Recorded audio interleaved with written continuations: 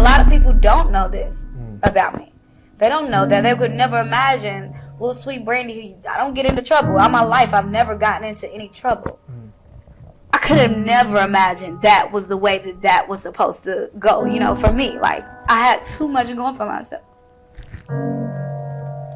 So, there were probably 6 Jeeps pulling up in front of us, lined up. Narcotic police getting out of the car with guns. Get out the car, bitch, get out the car. Get out the car. People respect Brandi. I demand respect, and I get nothing but that. They were like, what? Brandi, what?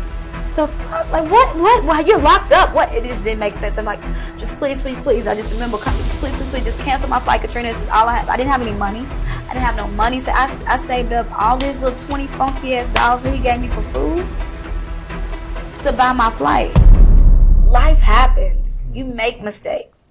Can't feel bad about making the mistakes. It's just what you do after the mistake to redirect your position in life.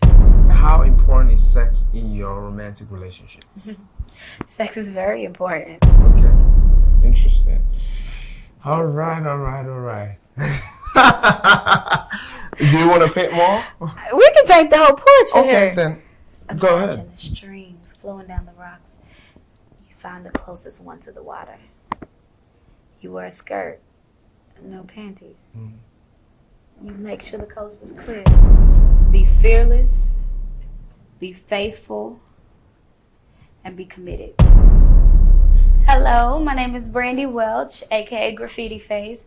I'm a wardrobe stylist, a fashion influencer, lover of art, love, fashion, style, creativity, everything. Born and raised in Louisville, Kentucky. Ready to take on New York City like I was set to be here, because I know that I was. And yeah, super excited about my journey and ready to express it with you all. It's your girl B, young Graffiti Face, coming through here without no freaking trace, leaving no name, leaving no place. All I'm gonna do is come through and give face.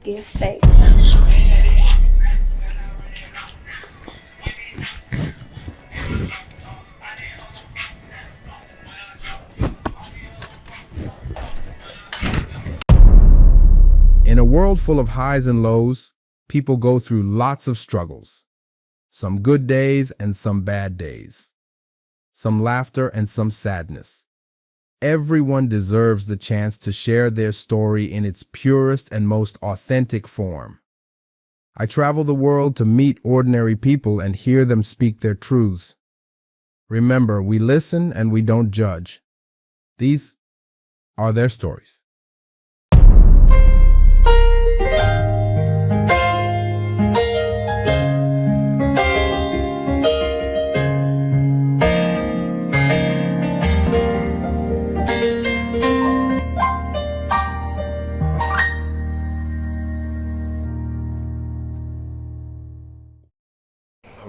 All right.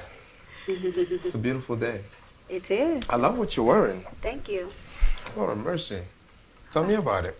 What's the inspiration? I was giving, a little mix of Japanese, French, African, the 3 different aesthetics that I love. I like mixing athletic wear with a little bit of high-end with natural design, all my African design beading. These are made in Kenya, so yeah. So today you kind of decide to go to the beach, but you decide not to, then you mix. Well, that's kind of how my thought process goes. But I would say, overall I'm giving, my hair was the 2 knots. I had 2 knots at first. I would give like Japanese Harajuku flow with the twist of African inspiration with the braids and the necklace. Would you ever wear just this and that and maybe the shoes without this? Now, Rescue, that I like to keep it covered. But yeah, absolutely, I would. I was at work today, so unfortunately that wouldn't be the most appropriate attire. But absolutely, in the summer when it's 98 degrees out, this sports bra and a nice high waist something, and I'm set in sneakers. Nice. Sneakers. Nice.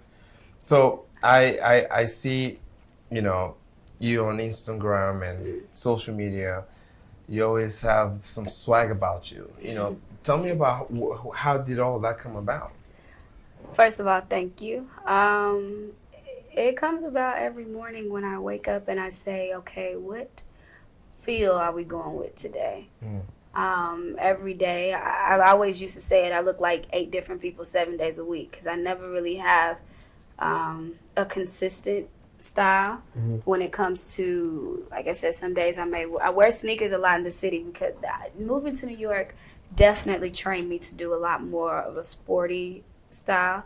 It's always been inside of me, but now that I'm here, I can just release it comfortably without feeling like I'm too underdressed because you're always moving around in the city, so you need comfortable shoes.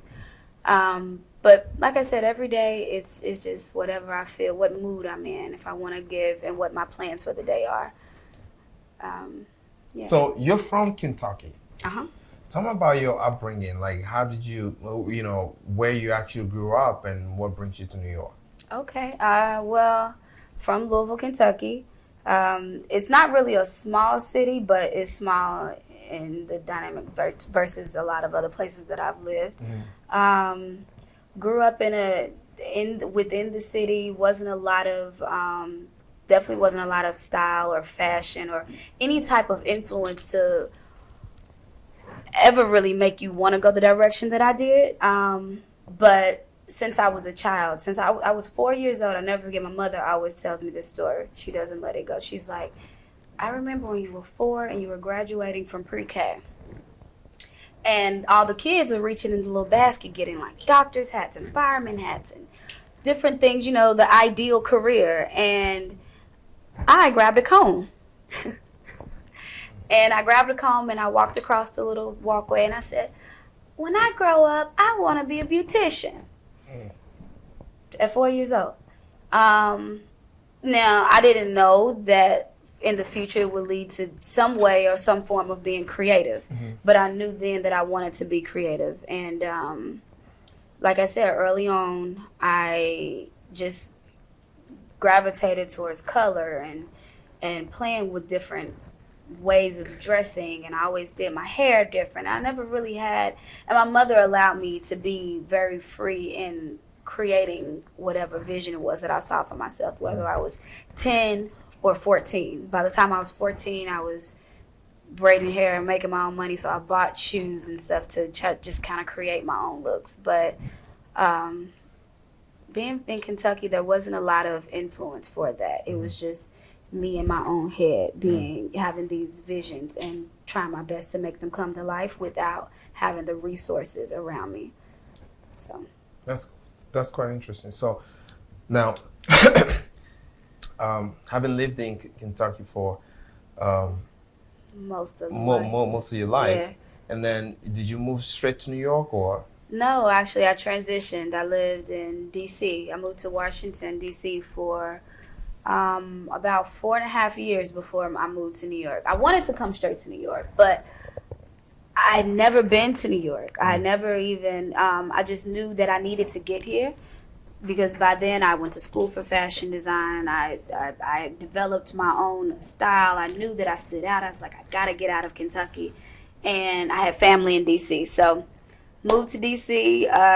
My aunt was there, my godmother was there, and they were like, come on. And I went there, and it was a great transition actually for me because I was able to get accustomed to, you know, a little bit faster paced commuting and working for bigger stores that I could have ever worked for in Kentucky. And it was a good transition space for me. But no, I wish I would have come straight to New York. But So you've been in New York for how long now? 2 years. 2 years. 2 years, a week ago, marked the 2nd year anniversary. Nice. So what's been your New York experience? How would you describe it? Experience in New York has been all that I hope for. And I'm grateful and I'm humbled to say that have experienced New York in a breeze. I didn't really have a rough time getting into the known or being a part of the crowd that I needed to be in. I'm very particular about people that I associate myself with, but I'm very grateful for the fact that I do know people like yourself. Within 2 years, I met the lovely rescue. And, that really is a big thing, because sometimes people move to big cities like this and they're lost for maybe the first 5 years or never get found because they just can't catch a grip. And I came and I grabbed onto New York, and I'm loving it. I think that there's a lot of opportunity, is inspiration in every corner that you turn. I love it. So how would you say your hometowns influence you? I mean, from where you were born, influence you compared to New York? It influenced me to go for more. There's a lot of great people at home, and going back now, it influences me more now than it did then when I was there. Because there's a lot of great people with great potential, but it's almost like they're at a standstill. It's like almost like they're stuck, and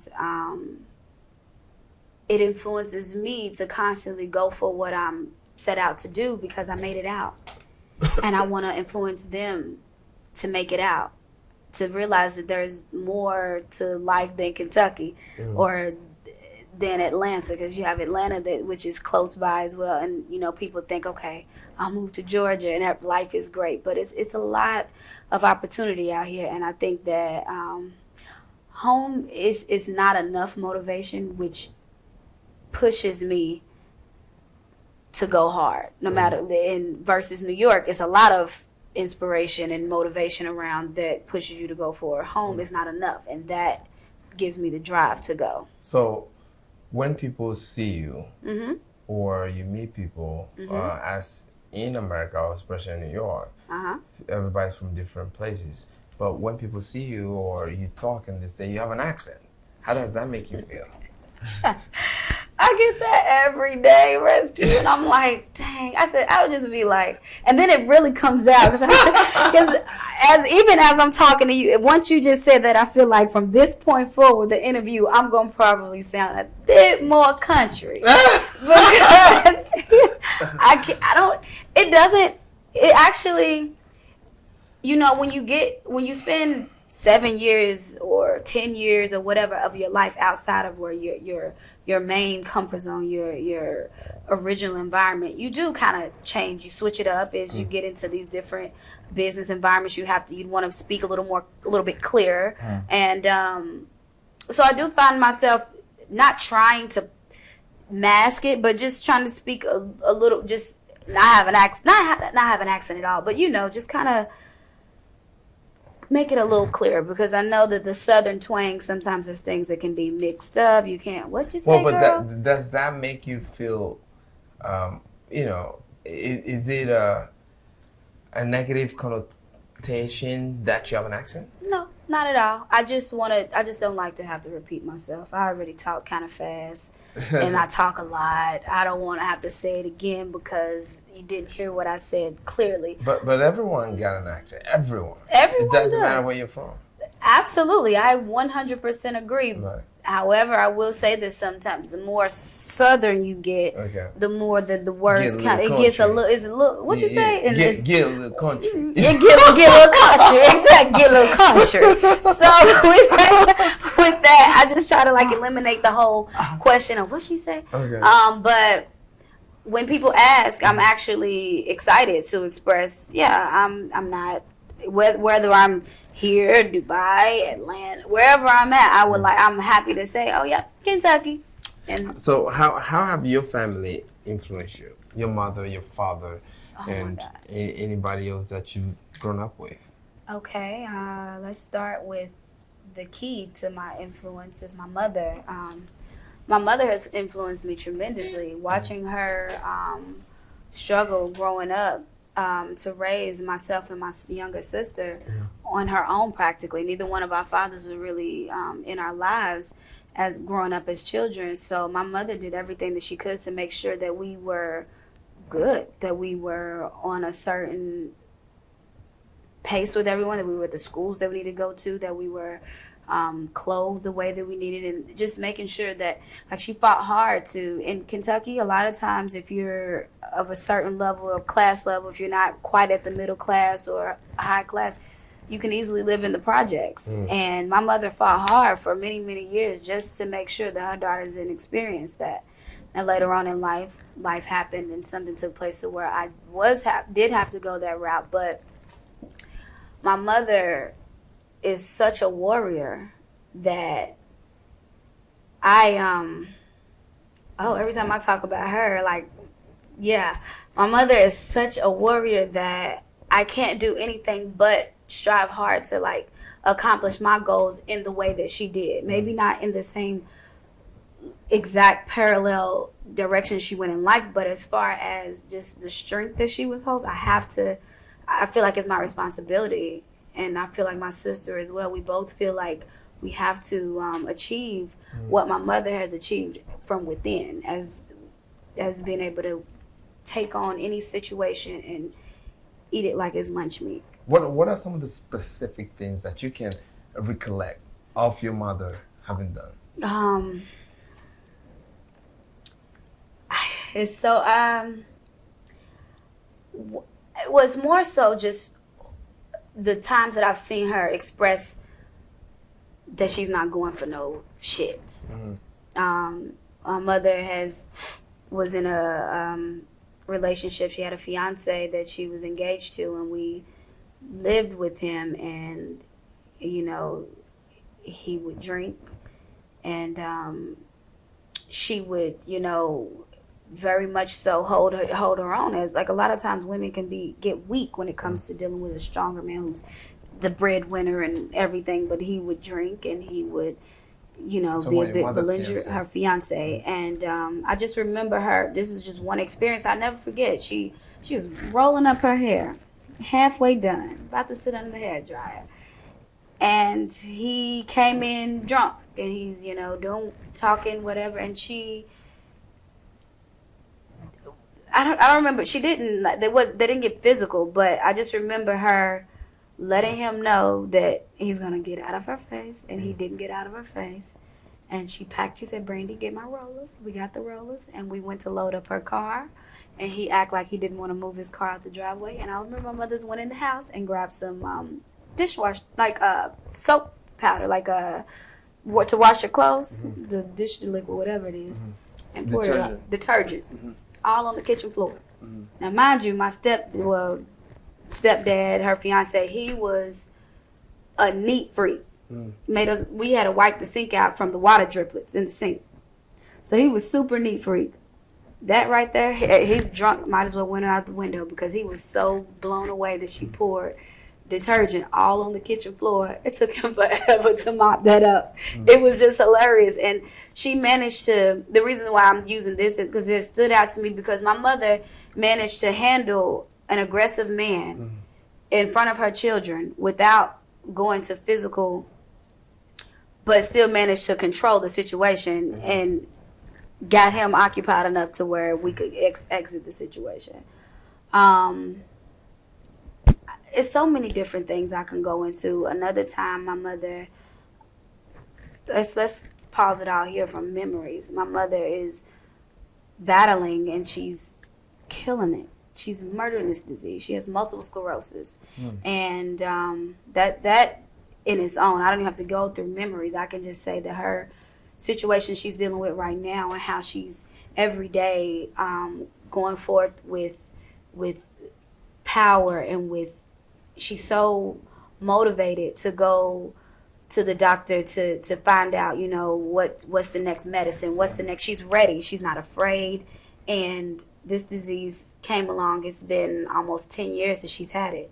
And my mother can barely walk. At one point, a couple of months ago, she was in the hospital because she was completely weak. Her body was, and this is hard for me being so far away, but watching her tough through this and making it through like so effortlessly, and just it empowers me to just want to continue to be strong as I possibly can, as strong as I can. So, has your father been involved at all? He's trying to come back around now. I feel like, the athletes when they get drafted and their dad comes around, hey son, where you been? My boy. That's almost the vibe that I feel. I haven't been drafted, but I have been drafted to the next level of my life that I've accomplished without him. And are you the only child for your father? No, he has other children. I have other siblings. For your mother and your father? father? My mother and my father, yes. Okay. It's just myself. So mom, yeah. But he's trying to come into my life, and now that I'm 28 years old, and I think at this time in my life, I'm able to accept him for who he is. No longer necessarily what he is, or he's my dad, so he should be around, but it's more so understanding him as a person. He's been in and out. I can literally count on both of my hands how many times I've seen my father. And in a lot of ways, I'm sure that it's molded me. A lot of ways, I'm sure it's scolded me. And I'm aware of that. And I don't try to hold my relationship with my father against any men that come into my life, because I understand that not all men handle life the way that he did. I realize that I'm a lot more independent and strong because he wasn't there. Why do you think he wasn't there? He was locked up. Okay. He would go to jail for different things. I didn't know at the time what it was, but now that I'm older and because we'll talk every now and then, and he's very honest with me. And I'm grateful for that.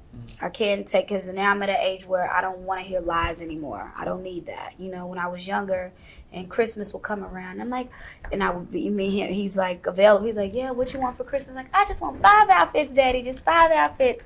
And then I don't hear from him for like 2 years. So now I don't need that. I buy my own 5, about 10 outfits for myself. But I need you just to be upfront and honest with me about anything. And he's very good with doing that now. And he's expressed, he battled with drug abuse. He battled with and my grandfather, his father was a pastor.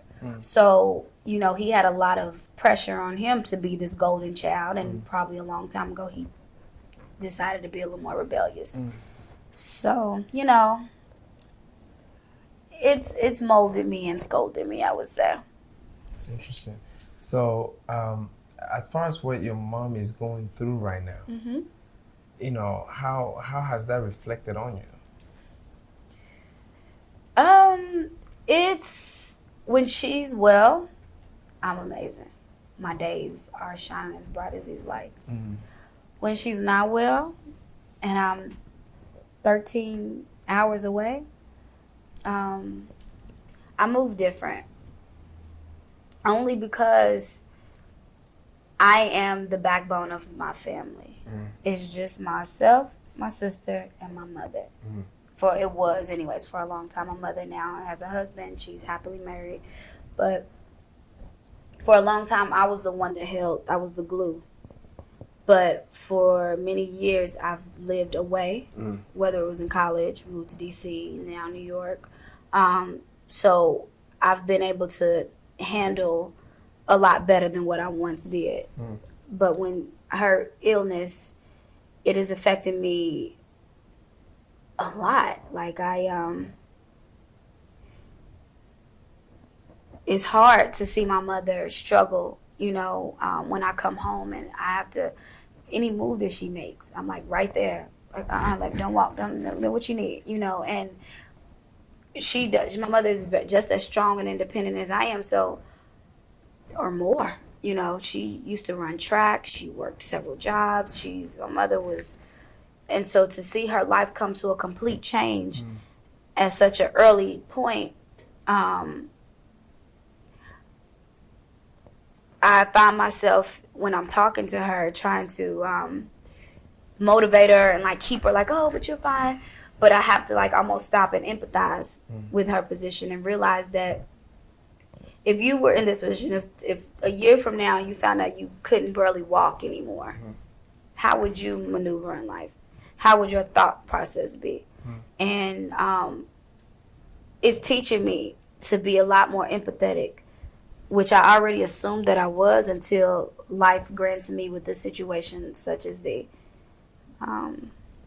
But she's my biggest motivation, Rescue. So, where, you know, as far as you being in New York now, with what your mom is going through,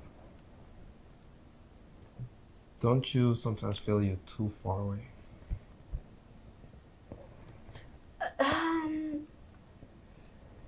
Well, no. Only because you can be an hour away, you can be 5 minutes away. Anything that a person is going through within themselves, I am no God, so I can't really do the things that will make the difference. Besides being there to make her smile, she loves to see my face, and that makes her feel good, but I can't take this disease away. Now, you asked me that maybe 9 years ago, when I was in school, when we found out that she had it, I did feel like I was too far away, and I was only an hour and a half away. And I moved back home. When we found out that she had the disease, I moved back to Kentucky. I mean, not to Kentucky, I'm sorry, to Louisville. I was in school in Bowling Green, Kentucky. I moved back to Louisville. And I was going to be there with my mother. And then her husband, he's like, no, I got your mother. She's good. I'm going to take care of her. And it gave me that security to feel like, okay, I can go on and pursue what I'm set out to do, what I'm destined to do. And that's when I moved. I went back to school because it was my sophomore year of college, and it was my finals week, and they're like, my mother and my sister calls me crying, Mom got a disease, we don't know what it is, if she eat a certain fruit she can die. We didn't know. Multiple sclerosis is growing now. It's unfortunate because I couldn't wish that on anyone. But it's like a lot more of our black women are getting it, or all women and men. A lot of people are getting it, but it's becoming a lot more common disease. And it's like, but at that particular time, it wasn't as common as it is now. I see, and it's just so we didn't really know how to take it. So you're a bit educated on this condition now. Oh, how do you think she attracted that? Well, they still haven't quite. I'm still not really as familiar as to like the common traits of people who gain multiple sclerosis. What I will say is, I know that it's a disease within your central nervous system, and it goes, she gets lesions on your brain. So it's all delivered through the spinal, through, the energy transfer between your brain through your spine to tell your legs and nerves to move. My great-grandmother rather, had Alzheimer's. Okay. So I kind of did my own research in a sense of maybe it's like hereditary where maybe the family has some sort of a brain, something in the head, like a disease in the brain, like Alzheimer's, and it skipped my grandmother and went to my mother, and she didn't get Alzheimer's, but she got multiple sclerosis. And who's to say, maybe it skipped me. And so I don't really know the detail behind. Are you afraid of such thoughts? I think about it, and then I say, well, and then I prepare myself for it. How do you prepare yourself? Eating right, doing things, because I learned that I feel like my great-grandmother, not the one that had Alzheimer's, but my other great-grandmother, she taught me years ago, your body is your temple. What you put in it is what you get out of it, know. So I feel like as long as and she passed away at 95, strong as, you know, it was just old age. It wasn't really like any diseases. So I'm just running with her advice and just taking care of my body to prevent any type of disease, whatever it may be. But I do know that whatever is potentially to come, or if anything, because I've experienced it firsthand on, I know how to try to maneuver. You never know how to handle things when you're in the place. But where do you identify yourself as, or where do you identify yourself as from? Or where do you rap? Let me put it that way. Where do you rap? Do you rap New York, like you're from New York, or you're from I rap Louisville all day. Oh, yeah? I heard that. All day. All day. All day, baby. I know. It comes out. No, I do. I still rap Louisville. I mean, living in New York, living in D.C., like, I mean, it's by way of D.C. I'm in New York. I live in New York. I love New York, but Louisville is always going to be my home. It's always where the heart is. It's where all my family is. That's where all my friends are. I have a very tight niche of friends, and they're all there. That's always going to be where I rap. Yeah. So as far as New York, do you feel like you're a New Yorker now? I do. I feel like I've still got a lot to learn. I know for a fact I'm nowhere near as seasoned as one as he, but I'm definitely I feel like I'm moving and grooving, and but I'm never New York. You can never like know too much. You can never know enough. Every single day, no matter if you lived here 15 years, 30 years, 3 days, it's always something new. Let's talk about what brings you to New York and what it is that you're actually doing here while in New York. Okay. Like I said, I went to school, studied design, merchandising, and textiles. I always appreciate style. Moved to D.C., worked for a company that I still work for today, Moulet. And I was on my way to New York one way or another. However, we opened a store here 5 years ago. The same company that you're working for? Same company that I was working for in D.C. Okay. We opened a store here 5 years ago. At that exact point, I wasn't in a space where I could move at that exact time.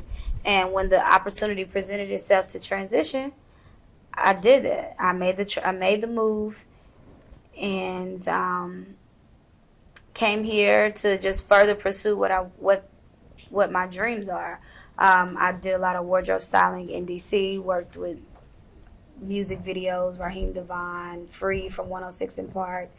And that kind of like gave me some conditioning for New York. And then now that I'm here, I'm working for the company as an assistant buyer, showroom manager. I've built a large clientele, which gives me the realm to be able to do freelance styling more now. New York, you come in with one specific vision, and then once you get here, you realize there's so many other opportunities and so many different angles you can go that vision goes like, it's like wide and like so, like the damn sea. Like it's I still have a focus, but my vision has become so much more clear now that I'm here. In a sense of, I just don't want to just be a stylist. I love art. I love creative things. I love graffiti. Hence my brand name, Graffiti Face. I love just all creativity as a whole. Where did the name Graffiti Face come from? Graffiti Face came from. Let me put this in a quick nutshell because you know I can talk.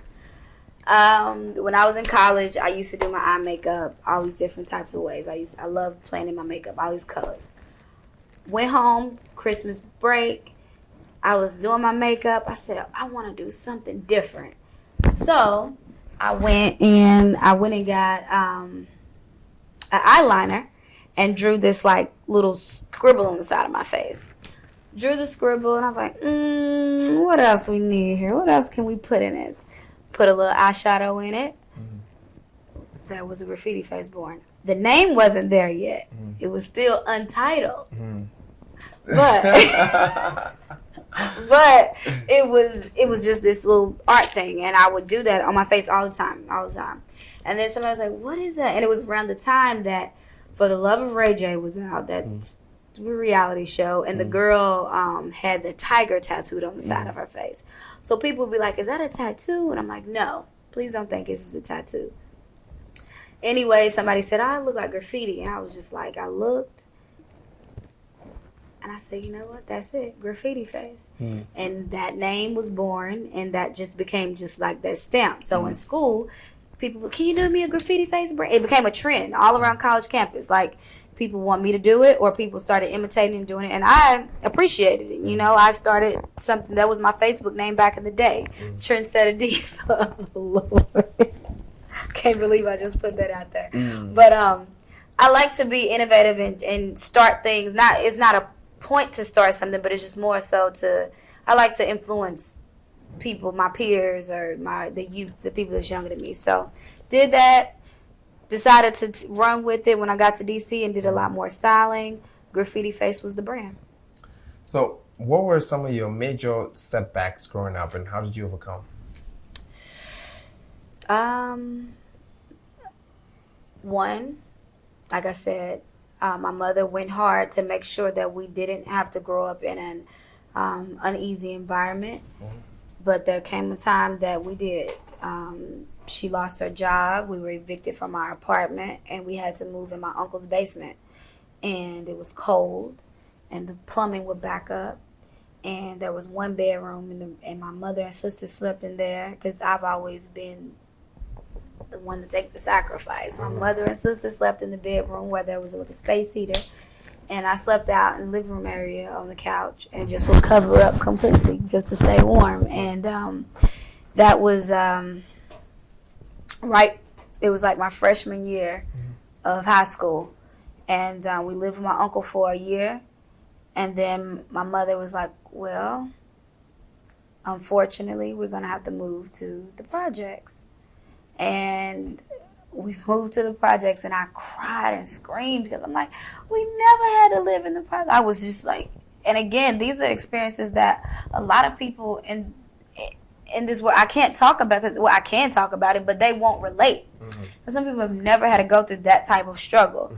I can say that I'm fortunate enough that I didn't go through that for a long time. But for a year, I was in a basement and then moved to the projects. And guess what I did? When I got to the projects, I used to braid hair, and I braided hair, and I got my money rescue.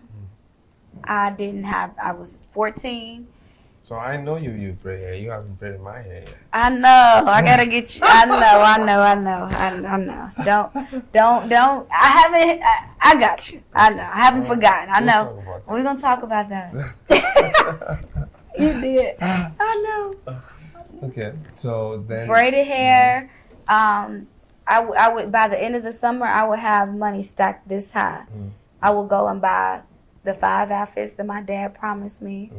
I would buy 3, 4, 5 pair of shoes before school started. Like, I would literally take care of myself. And that experience built me for this. You know, I didn't know then that it was preparing me for this, but it was preparing me to be a go-getter on my own without depending on anyone else. I always say there's 2 different types of people. And it's not a bad or a good thing, but you have a person who grew up with a lot of assistance and somebody who didn't have any at all, and the way that they maneuver in their adult life is a lot of times a bit different. How important is what you do to you and society? It's very important. Being that what I do has yet to have been done, in a sense of, like I said, styling and working in fashion, that's just a component. It's just a compartment of what I plan to do and what I'm doing. A big part of my soul and my heart is to influence the youth. The way the society is set up these days, the internet and Instagram and everything is just running the show. And being influenced is great, but having the right influence is what matters. And I plan to be a positive influence, teaching young girls to carry themselves in a certain manner and demeanor that is not exploited, or that 15 years down the line they're going to regret. I want to make sure that people, the young children, realize that no matter what's going on in their lives, or what they've done, whether it's something bad, they have to realize that they can get away from. They're not stuck. They're not where you come from, and what you do does not make who you are. It's what you decide to do and change for the future, for your future, that really makes the difference. And I want to be an example of that. My life, like I said, hasn't been easy. I've experienced some things in the midst of me climbing the ladder of success. I made a mistake and it knocked me down, but I didn't allow that to stop me. What kind of mistake did you make? I allowed love is beautiful, but timing for love, and when you decide to fall in love and the decisions you make for love, you have to be a bit cautious. I was in a relationship probably a year into living in DC, and I don't even know how I got wound up back in this relationship with a guy that was back in Kentucky. But I moved back home. I just got my job at Moulet. I had just started working. And I moved back to Kentucky. And my reasoning was, I'm going to go and try to finish school because it's less expensive there, and that's what it's going to happen, and we're going to work on our relationship, and it's going to be great. Didn't happen like that. 2 months in, I found out he was cheating. Still did. I literally made the sacrifice, packed everything, moved back to Kentucky, lived with this gentleman, not quite a gentleman, but lived with this guy. Depended on him for everything. I've never put myself in a vulnerable position like that in my life. Depended on him for everything. Lived in his place. I would ask him for money for food. He'd give me $20 and you can eat. $20 a month, 2 months. By the second month in, I was buying a flight back to DC. I couldn't do it. I couldn't believe that I had made that decision. My family, my friends, they almost shamed me because everybody I'm literally one of the first people from Kentucky, from Louisville, to make it out. And everybody was rooting for me and watching me and excited for me to excel and follow my dreams. I was always that stylish girl that done whatever she wanted to do in Kentucky. I can't wait till she goes and just branches out and just take it to the next level. And she's back. What are you doing here? Why are you here? My mother loves me near, but she was pissed that I was there because she knew that it was for this guy. Bought my flight, scheduled to leave December 7th, blah, blah, blah. Mind you, I told you he was cheating. I've never been an insecure woman in my life. It built up insecurities in me. I wasn't myself. Every day I felt like I was having an out-of-body experience. I would wake up. We would argue so much that there was no love and compassion. It was just none of that. So fast forward to the day that my flight was set to leave. I wake up, he wakes up, and he's like, I gotta go. Where are you going? In my head, where are you going? Why are you leaving? I leave today. Why are you I gotta take care of something. Okay, I'm going with you. Because in my head, I thought he's going to see a girl. That was how my mind could never, I'm not saying never say never, but could never go back to that place. I literally thought that day I was leaving rescue. Why didn't I just say, okay, whatever, I'm going back to sleep till I go pack my bag, go home. I jumped up, threw my jeans on, threw a hoodie on, grabbed my purse. I'm going with you. You're not going without me. He's like, no. Yes, I'm going with you. Fast forward. We pulled up to his uncle's house, and he's like, I'm looking for a box. And I'm like, okay, I got a box right there. And he was like, oh, it is.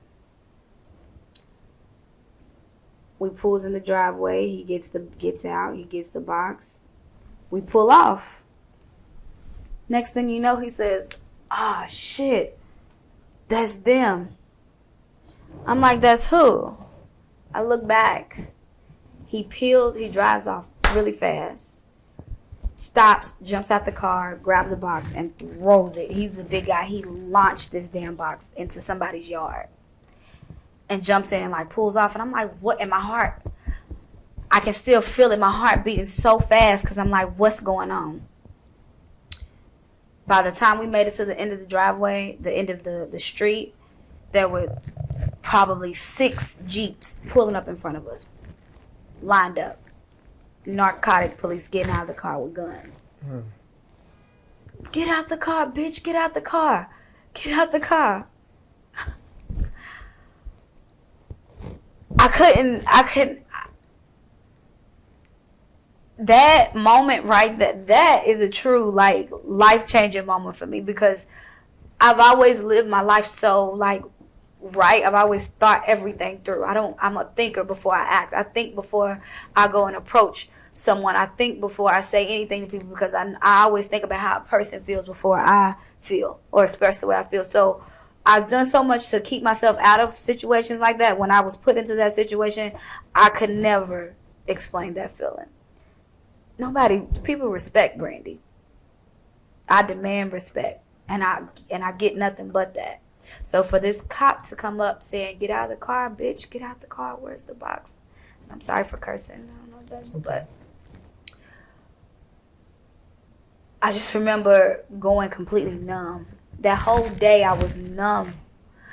I get out. They get out. They pull him out, and it's like an episode of Bonnie and fucking Clyde. I'm on one side of his truck. He's on the other side. They're like, they couldn't pat me down, luckily, because I had my cell phone in my pocket. But they're like, where's the box? I'm like, what the hell is happening? We get arrested. They're going through my purse. They see, I'm like, sir, I don't even live here. I'm leaving. I have a flight scheduled to leave today.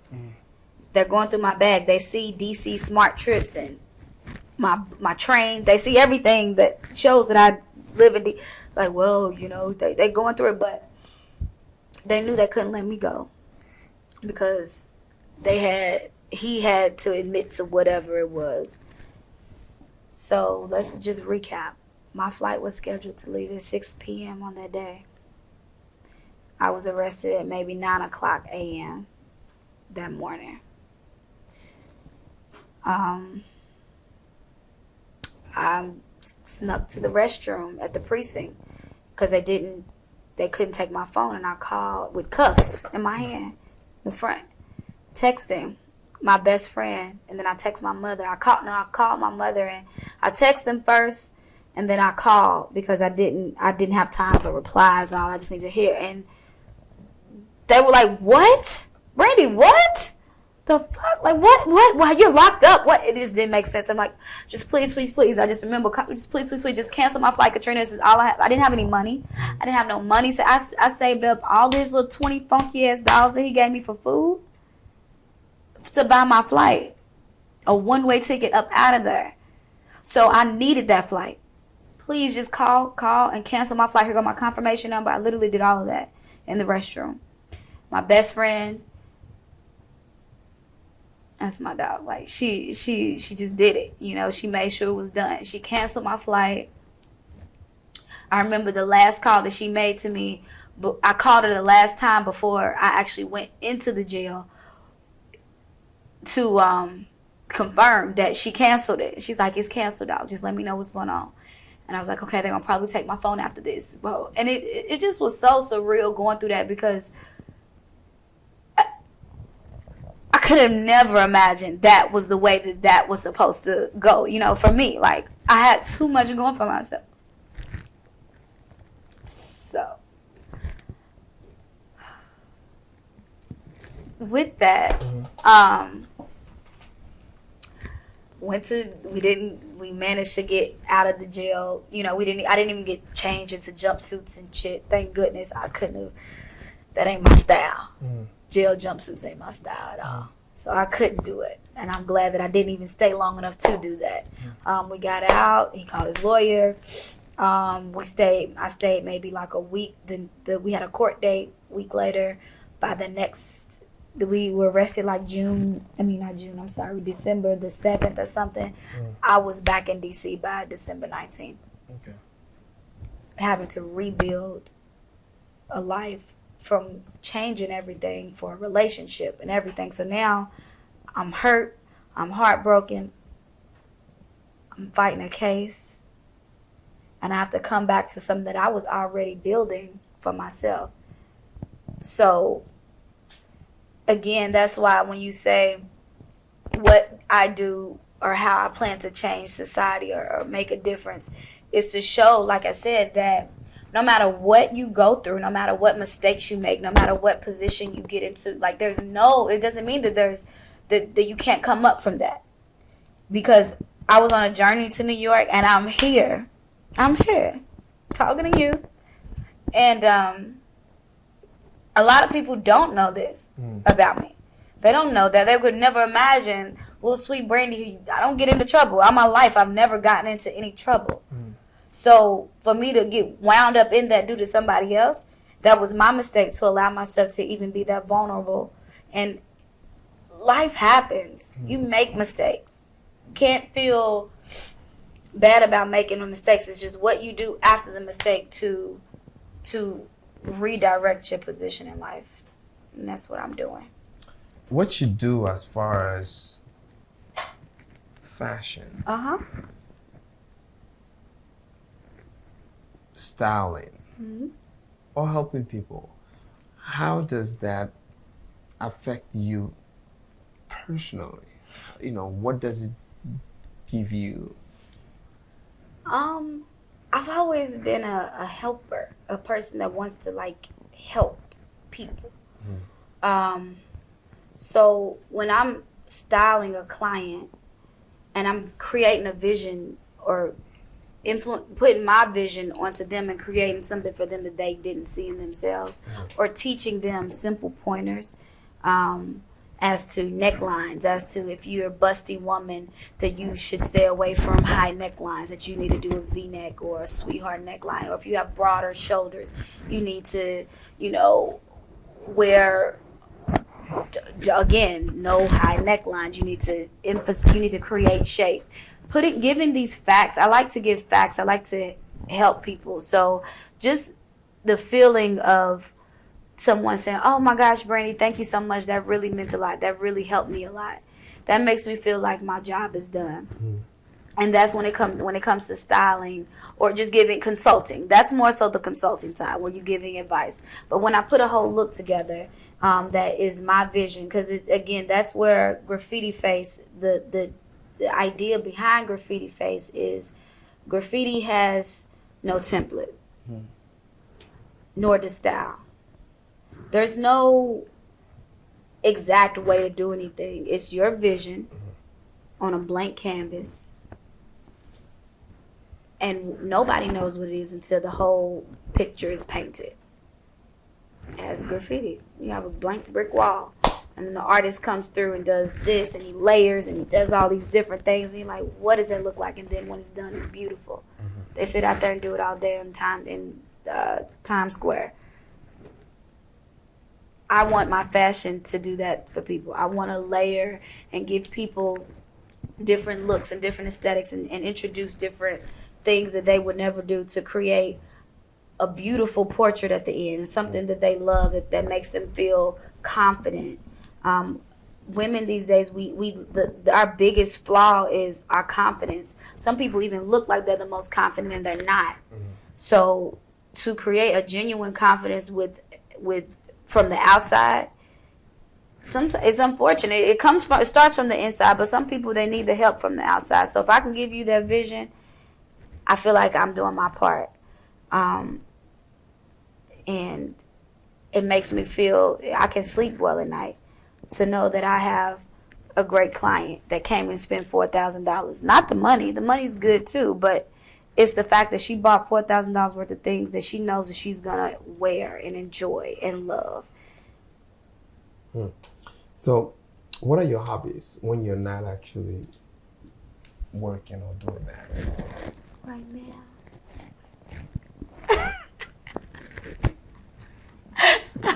Or you sweat? Yeah. Mm. So, my hobbies outside of working, I like to sing. I like to listen to music. I enjoy spending time with good friends. I love energy around me, good energy. And I don't really, like I said, I don't really play a lot of sports or rollerblade, but I'm very adventurous, and I'm pretty much open to different things. I enjoy going to the beach. When it's warm out, you can catch me at the beach. Even when I came to New York, I didn't know that there was it sounds ignorant, but I didn't know. Now in the summertime, I'm going straight to the beach. I love it. Spending time when I go home with my family, my niece and my nephews, they're my world. Spending time with my family and friends, that's pretty much it. Let's do something a bit more fun. Uh-huh. So, What's trivial. What's up? So, common knowledge that is not common. All right. Great. So, what is the world's largest ocean? Come on. World's largest.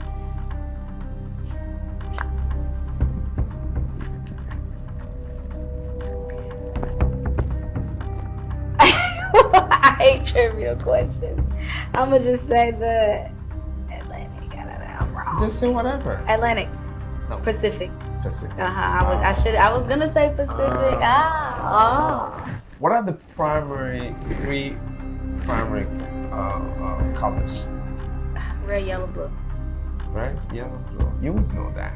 Yeah. I study the color wheel. You have to understand that. That's what's up. Okay.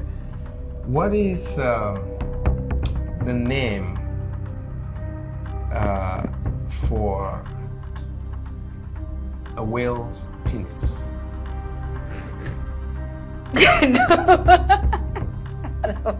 I don't know. Moby? You get to learn something new. Okay, teach me. Dork. A dork. Yes. So it's like a zork.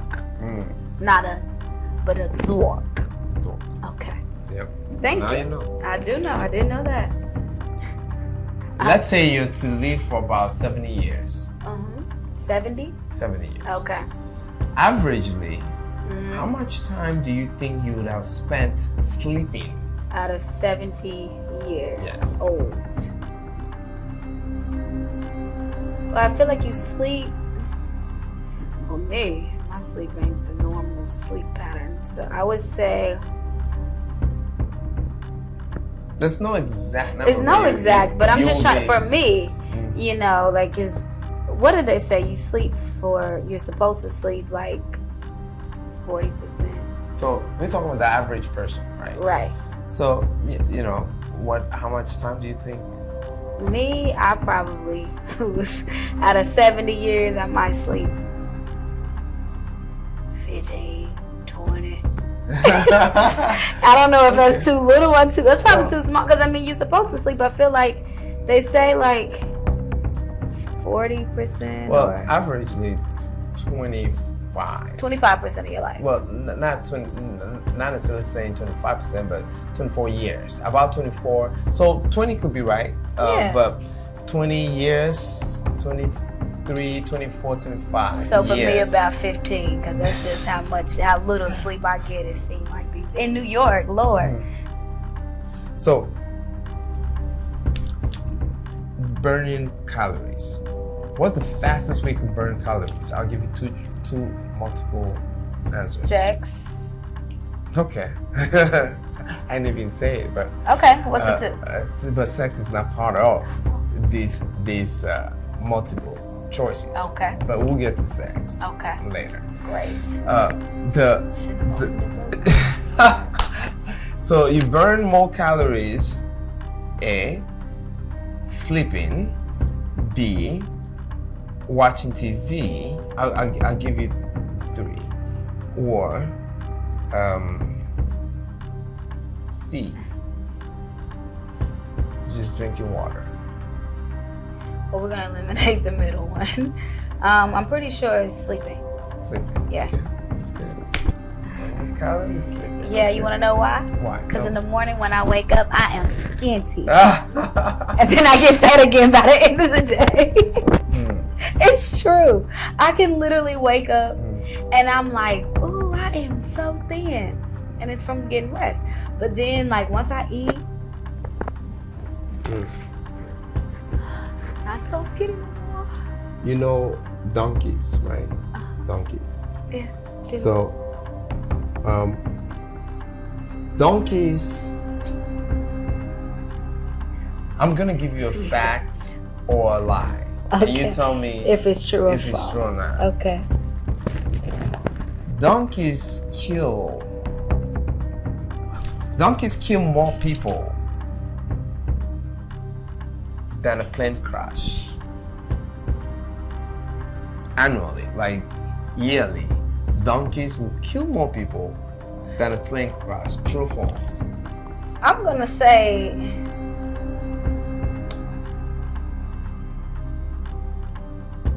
I don't know why I'm gonna say true, because it's just a random.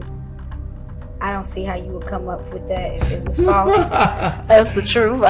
Because honestly, I don't. I'm gonna say it's true. Is it true? It is true. Because there's not that many plane crashes in the. Well, ideally, but I don't know how many donkeys. How are donkeys killing? Okay, so did you know that plane is the most safest transportation? Yes. And what is the worst?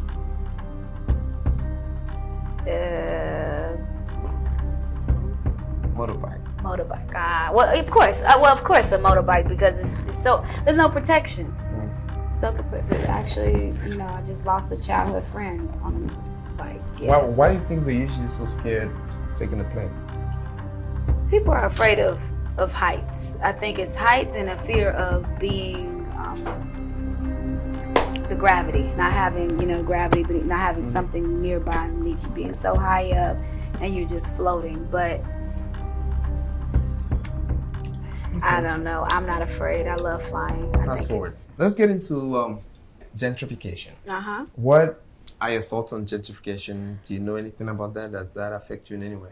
Yeah. I actually don't mind it. I'm like, again, as a gentleman before was speaking, I feel like it's good to bring.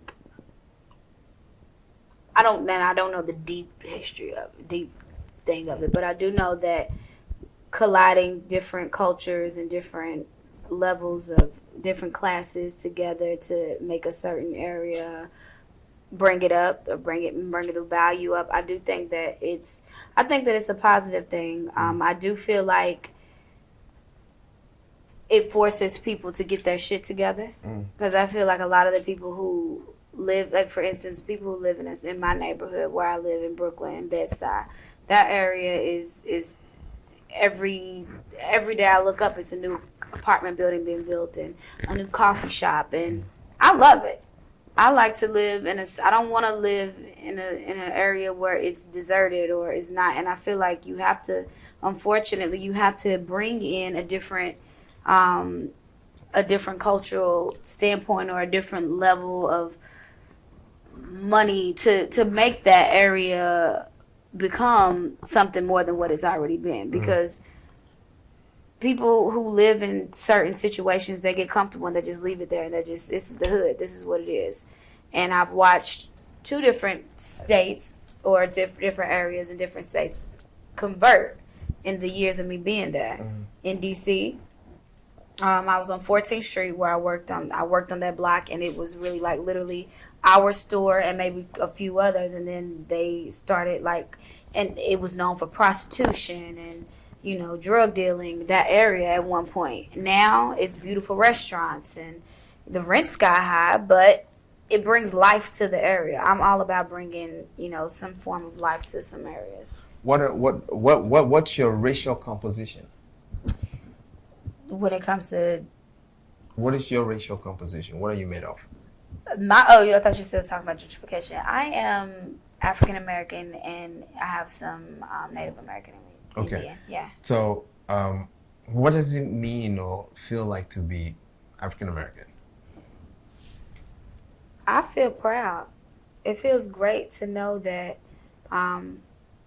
I come from a history of so much strength, so much pride, so much influence, especially looking at the world today and looking at this society, the way that everything is set up. Everybody wants full lips. Everybody wants big butts. Everybody wants all of these things that, were instilled in us as Black women. Growing up, I used to be not ashamed, but I didn't want to be a thick girl. I was, because I didn't like the attention of it. But as I've now these days, everybody wants these things, and it's just like, wow, we really, our culture, our ancestry really has influenced a lot of things. All of the designers, like I said, I can look at it from physical to fashion, African. It's influenced all throughout fashion, whether it's beading, prints, certain silhouettes, everything. So I'm proud. I'm proud to be everything that I am. Any sort of racial encounters, if any, that you could collect? You know what? I can't say that I really haven't experienced a lot.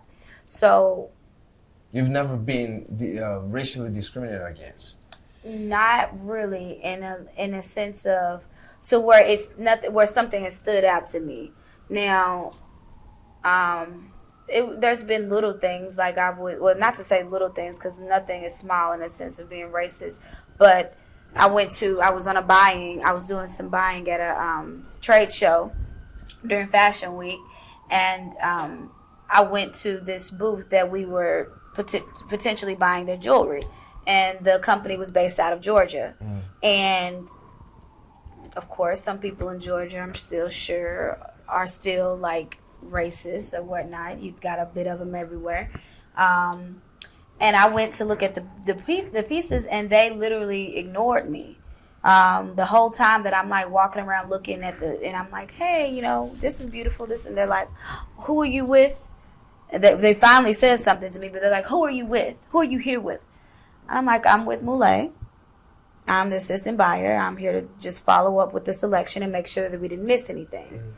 And they're like, you could just see the temperament of them. They were watching me, and then once I told them who I was with, they went and looked at the paperwork. Oh, they have a big order with us. Let me straighten up.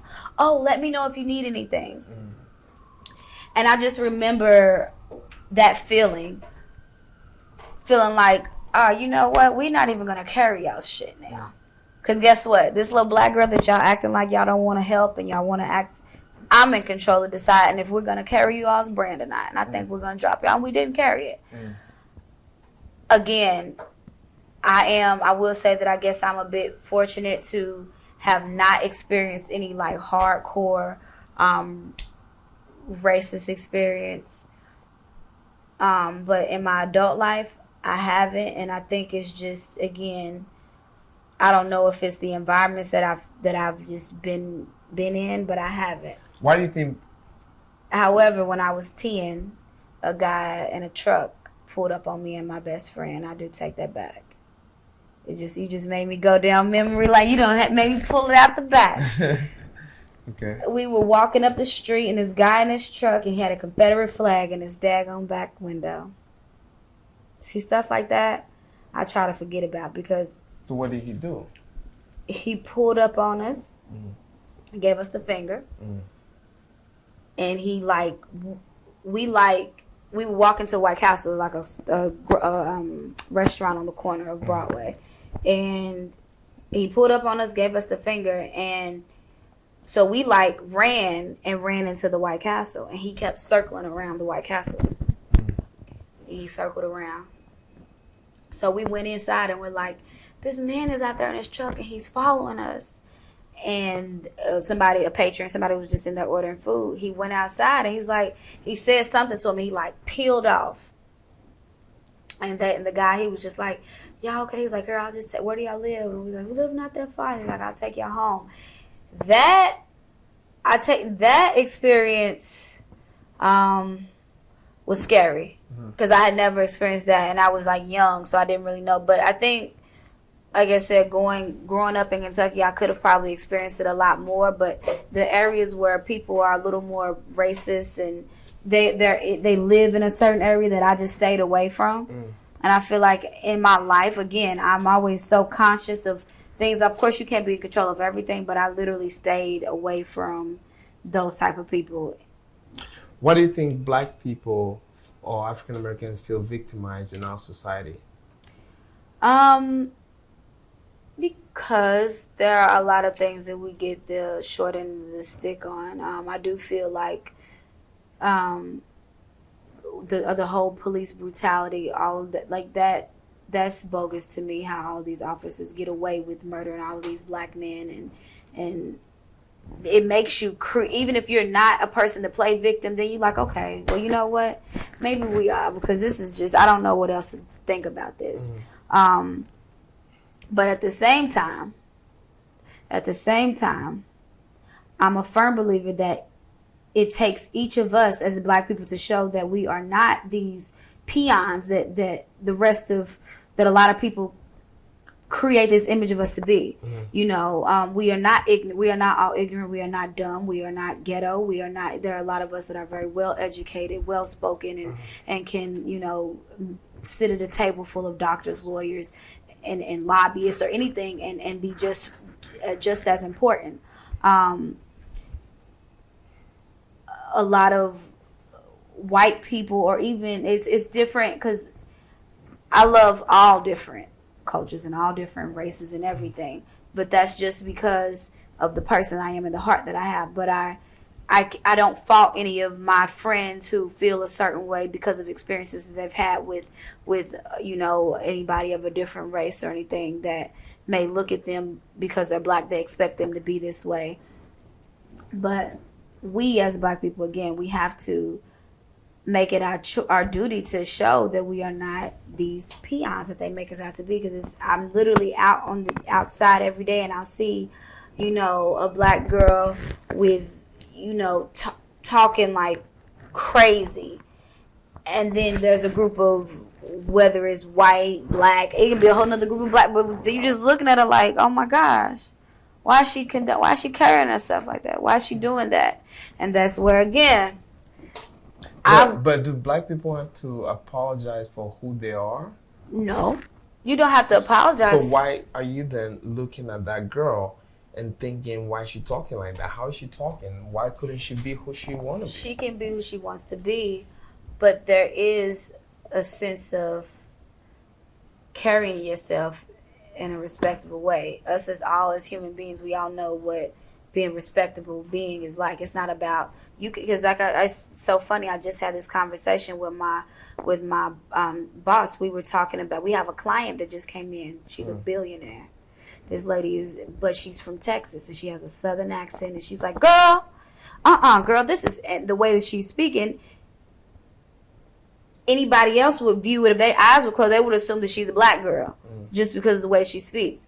But that's just the Southern twang. That's just the way we speak. So never negate. I'm not saying at all like mask who you are, but you have to, like, as a woman, you have to carry yourself a certain way.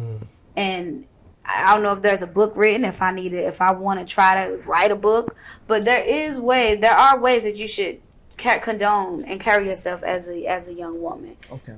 So as the way we hear or we see every day, African Americans being killed and all the atrocities that happen and justice not being served, do you think do you have any doubt that perhaps it could be that white people are just afraid of Black people? Yeah, I think that a lot of times it's not to to say that they're afraid, but we have a sense of power that comes within us that's built from the beginning, that it can't be taught. It's just in us. And the way we express ourselves, we're very passionate people. So people get the passion confused with being irate or aggressive, and it's really just passion. And sometimes, a lot of times, like the way that white people, not all per se, because like I said, I know solid white people but a lot of times I think that just period, not even just white, it can be white, or it can be, like I said, I'm gonna just use three different. So you have black, white, and let's say Asian. I feel like the household in an Asian and in a white household is maybe brought up more in a sense of this is the way it's supposed to be done. This is what you have to do to get it. This is what you need. This is what you're gonna do, and then you do it, and then you only know that way. It's like you train type of thing. Whereas in my house, or in a lot, I'm not gonna say not mine. I'm gonna say in all black households, because I do see I find that a lot of times, even in other cultures, like whether it's a more of an African or like Caribbean, like I feel like they instill a lot of like morale and like this, you're gonna work hard to get this, and this is. But in America, a lot of black families that grew up in America, like honestly, that whole we don't really have like that blueprint. So you just spending your time like just figuring it out and just getting there by any means, and that passion and that in you, it gets mistaken as other things sometimes, and it scares. What do you think that there's still modern day slavery? Yeah, in a sense, yeah. I do. In what sense? In this, like, we still aren't. It's slavery within ourselves. I think a lot of black people still haven't recognized their power yet. So it's really not even them controlling us at this point. It's us allowing them to control our mind. Like, it's more so us not breaking free. Why do you think women are not treated equal in our society? Because they don't speak up, I guess. Because I'm going to make sure that I'm treated. Do you think you're treated equally in our society?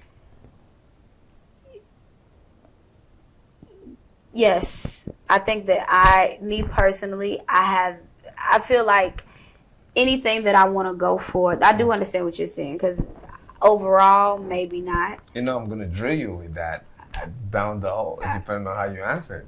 I mean, for me, again, it just depends on what your path and what direction. If you're trying to be a CEO of a company, a law firm or corporate in the corporate world, yeah, I'm sure they think, that a man can do it, and it's unfortunate, and I don't. But you do recognize that. I do recognize that. I do. Okay. I do. So the campaign for women equality is not just bullshit. No, it's not at all, because I feel like honestly, women can be, most of the time, women have.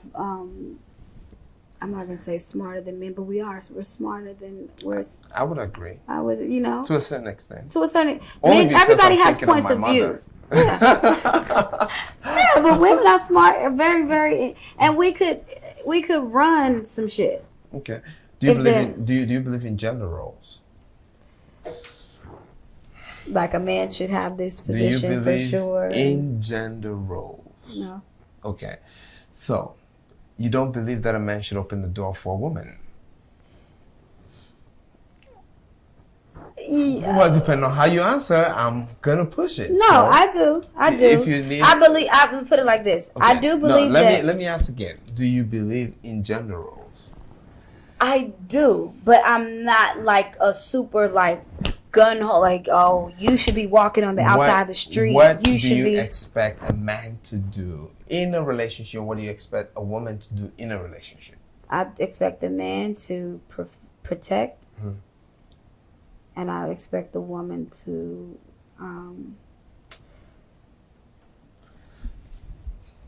love and to nurture. Okay, so you agree that men and women or in gender, men have a role and women have a role. Yeah. It's not a neutral no, thing. no.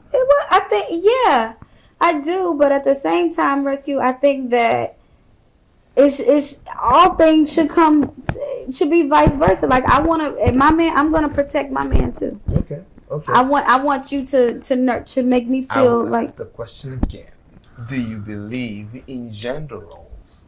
Well, no, I don't. Let's go back to my first answer. We're going back to the first answer. No, I don't. I believe that everyone has a role in each person's life. Gender, male, female, everybody has. When a man takes you out for the first date, Uh-huh. do you think that the man should pay?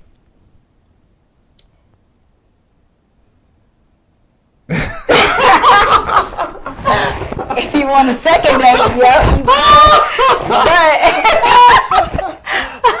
But if you want a second date, Okay, so But- that means but you believe in gender roles. well, I know, but it's like You're it's not. contradicting yourself. I'm not trying to be contradictory. The thing is, I understand. I don't mind paying either, though. As a woman, I don't mind First paying. date. But that doesn't overall say No. gender role. Once again, Okay. absolutely not. But then again, because we all have a role in life, in society. Absolutely. Okay, but we're only talking about gender role. Okay. Okay, so by your answers, I asked you You very say that specific questions to drill to the truth of what you actually believe or not. So, Okay. do you again believe? Apparently, for my answers, I guess I do. Okay, you just never thought about it. I never thought about it because I do. I am a firm believer of equal. Like I do for my man just as what. So you believe in 50-50. 50-50. Okay, so if you believe in 50-50, what does that mean for you? What does it mean to be 50-50? It means that we give each other half to make a whole. That's what it means. Okay. It means that, like I said, I don't have these crazy expectations. I'm not that girl that, like I said, I'm a true Southern belle. I am. I've learned that in the past years when I realized the way that I maneuver. But I'm not that girl who's like, oh, you better come and open up this car door for me. Oh, you better make sure you grab that But you door. expect it. No, I don't expect. If the certain things that come by nature, okay. Are there certain things that you expect a man to do? Yes. Okay, then you believe in gender roles. Okay. And that right there. Now, what is your concept of God? Oh my gosh, you're gonna just make me make a. Why can't I just be 50-50? Why are you gonna Well, you could say one thing, but if we go into it and ask specific questions, it actually reveals what your true answer is. And that's all I'm doing. Okay. I'm the instigator. I ask questions. I know. And I get answers. I see. Next question. What's your concept of God? God is, he's my leader. He's the person that at one point I wasn't really as faithfully connected. Okay. I've always been, I was baptized when I was like 8 years you go old. to church? I go to church. Okay. I don't go every Sunday, but I go when I can. So do you believe in a high? I definitely believe in a high power. I believe in God. What does freedom mean to you? Freedom means everything. Being able to move in the path that God set me out to move in. Like, Are you free? I'm very free. Okay. I'm very free. I don't feel What makes you free? Being able to accomplish every goal that I set out. Being able to wake up in the morning and not have to question what my capabilities are. Do you believe in human rights? Absolutely. Do you believe in LGBTQ rights? I absolutely do. Are you gay? I'm not gay. Are you curious? Never. Are you bi? No. Have But you ever kissed a girl? I've never kissed a girl, but my godmother has been gay since I was 11 years old, so I've been very much so exposed to it, and I have learned to understand it.